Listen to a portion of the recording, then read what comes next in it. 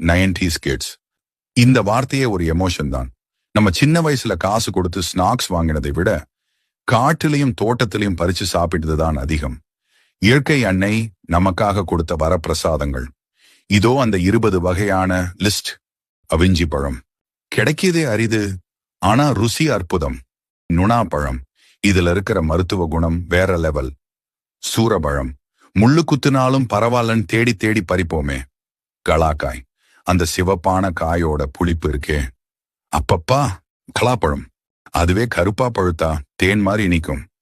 ஈச்சம்பழம், இதுதாங்க நம்ம ஊரு ஒரிஜினல் பேரிச்சம்பழம். நாவல் பழம், நாக்கெல்லாம் ஊதா கலரா மாத்திர மேஜிக் இது. இலந்தை பழம், உப்பு மிளகாய் தூள் வச்சு இடிச்சு சாப்பிட்டா சொர்க்கம். கொடுக்கா புள்ளி, மரத்துல ஏறி கிளைகளை உலுக்கி பறிச்ச ஞாபகம் இருக்கா? காரக்காய், துவர்ப்பா இருந்தாலும் விரும்பி சாப்பிடுவோம். காரப்பழம், இது பழுத்த பிறகு சாப்பிட்டா தனி ருசிதான். சப்பாத்தி பழம் முள்ளு இருக்கும், ஆனா பழம் செம்ம டேஸ்ட். மணத்தக்காளி பழம், குட்டி குட்டி கருப்பு முத்து மாதிரி அள்ளி தின்போம். வேப்பம்பழம், கசந்தாலும் அத சப்பி சாப்பிடுற சுகமே தனி. வெள்ளரி பழம், வெயில் காலத்துல வெடிப்பு விட்ட வெள்ளரி பழம் கிடைச்சா ஜாக்பாட் தான். அரை நெல்லி, இத கடிச்ச உடனே கண்ணை மூடி சிலிர்க்காதவங்களே இருக்க முடியாது. விளாம்பழம், ஓட்ட உடைச்சு உள்ள வெல்லம் போட்டு பிசைஞ்சு சாப்பிட்டா ஆஹா.